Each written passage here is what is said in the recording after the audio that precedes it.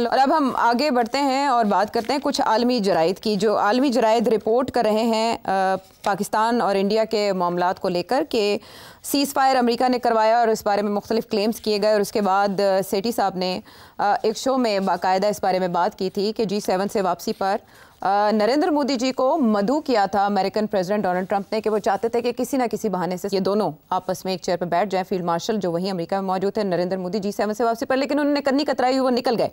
सिर्फ सब 3 बड़े अखबारात हैं जो इस बारे में रिपोर्टिंग कर रहे हैं और ज़ाहिर है ये जग हसाई का मौका है नरेंद्र मोदी जी के लिए। राइटर्स लिख रहे हैं, ब्लूमबर्ग और टाइम मैगजीन। ये तनकीद, बढ़ती हुई तनकीद नरेंद्र मोदी पर किस बात की तरफ इशारा कर रही है? देखिए, वो लोगों का ये कहना है कि नरेंद्र मोदी ने ट्रंप को पढ़ा नहीं। पाकिस्तानियों ने पढ़ लिया कि ट्रंप क्या चीज़ है, क्या चीज़ उसे खुश करती है, कैसे उसे अपनी तरफ लेके आना है। नरेंद्र मोदी ये पढ़ नहीं सके, सीख समझ नहीं सके डोनाल्ड ट्रंप को, जिसकी वजह से ये नरेंद्र मोदी और इंडिया को नुकसान हो गया है।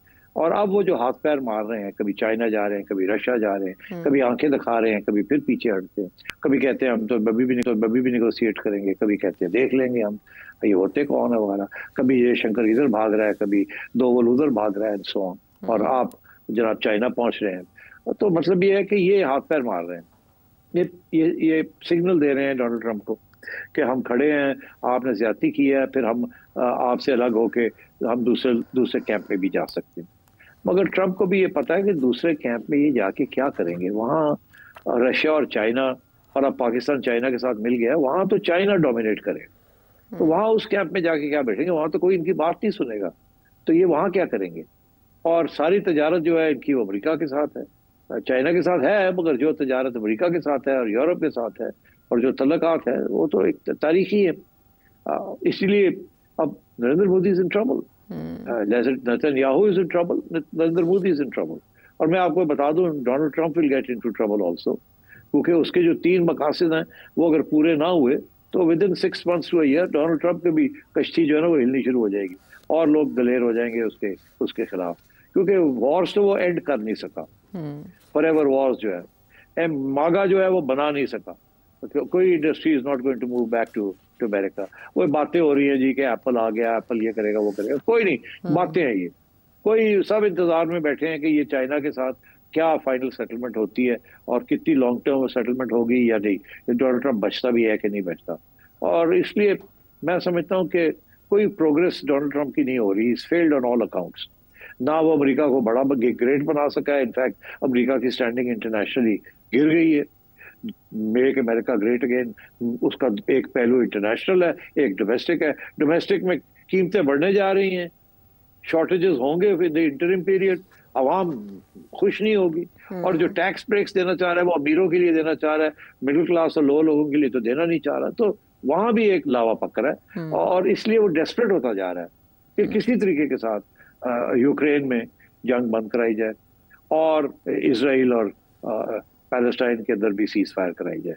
और दोनों जगह पे प्रॉब्लम्स उसको आ रहे हैं। तो इसलिए वो धमकियां भी देता है, पीछे भी हटता है, फिर धमकी देता है, फिर कहता है नहीं होने जा रहा है, ये हो रहा है, वो हो रहा है।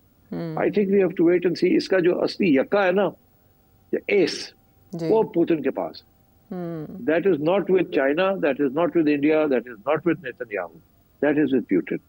अगर पुतिन के साथ इनकी डील हो जाती है यूक्रेन के ऊपर तो डोनाल्ड ट्रंप समझे मजबूत हो जाएगा और डोनाल्ड ट्रंप और इंडिया के साथ भी मामले तय हो जाएंगे और ये जो सारा इस वक्त इशू बना हुआ है ये इतना नहीं रहेगा।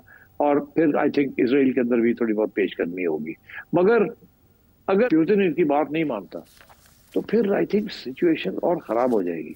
तो डोनाल्ड ट्रंप धमकियां दे रहा है, बुली कर रहा है, अगर इसकी बात नहीं मानते तो क्या करेगा?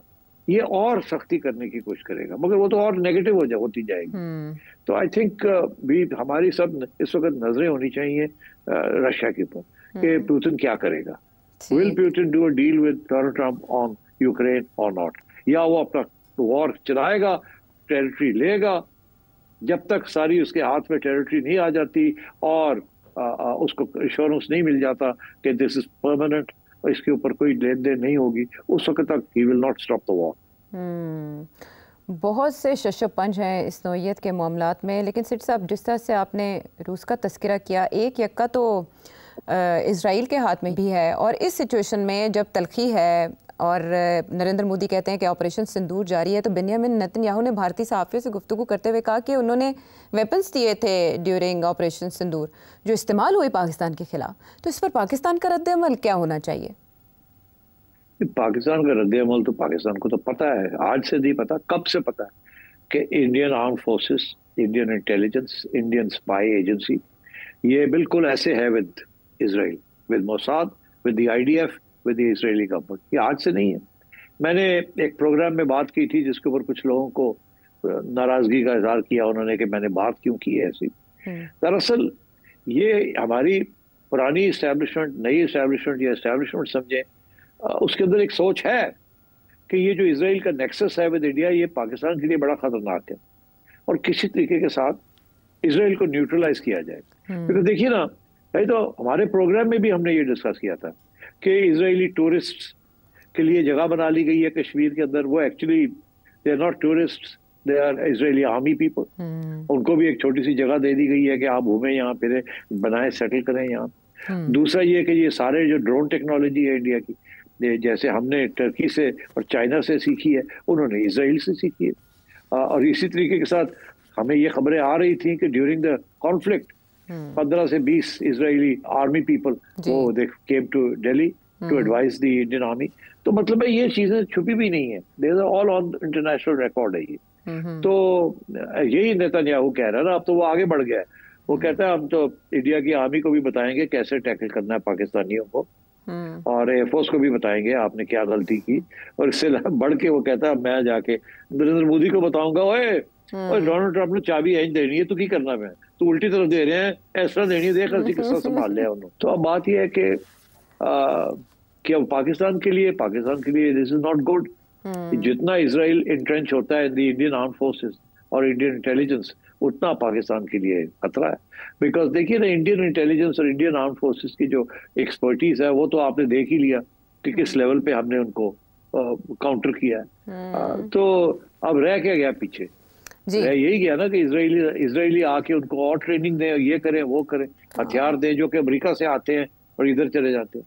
इजराइल ने सबसे इम्पोर्टेंट सॉफ्टवेयर तो दे दिया है ये इंडियंस को, which is the Pegasus software, जो कि वो जो कि सब दुनिया के जहाँ चाहे उसको टारगेट करके वो सारा सुन सकते हैं लोगों की व्हाट्सएप और सिग्नल और टेलीग्राफ की जो कॉन्वर्सेशंस हैं और कम्युनिकेशन है। तो इसलिए I think the closer India gets to Israel, the bigger the problem for us. But Sethi साहब, मेरा जो सवाल है वो ये भी मैं आपसे जानना चाहूँगी कि तुर्की और चाइना ने पाकिस्तान की जो भी मुआविनत की इस हमले के दौरान मई में, किसी ने खुलकर इस तरह से पोजीशन नहीं ली, लेकिन एक वजीर आज़म इसराइल का वो ओपनली पोजीशन ले रहा है और कह रहा है हाँ हमने मदद की।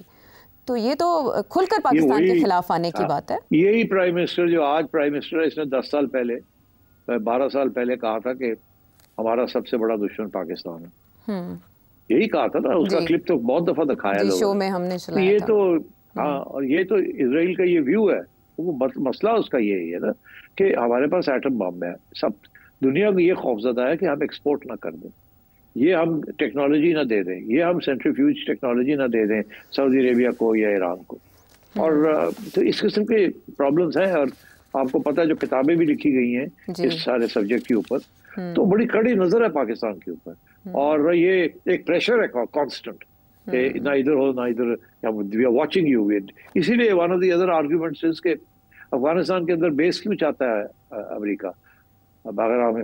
वहां बैठ के वो देख, keeps an eye on your nuclear program, constantly monitor it and your other military activities, and of course Iran. तो ईरान एंड पाकिस्तान राइट आप समझ जाए बात। ठीक है, लेकिन अब पाकिस्तान को भारत के अलावा इसराइल की एक्टिविटीज़ पर भी नज़र रखने की ज़रूरत है इस एतराफ़ के बाद इसराइली वज़ीर-ए-आज़म बेंजामिन नेतन्याहू के।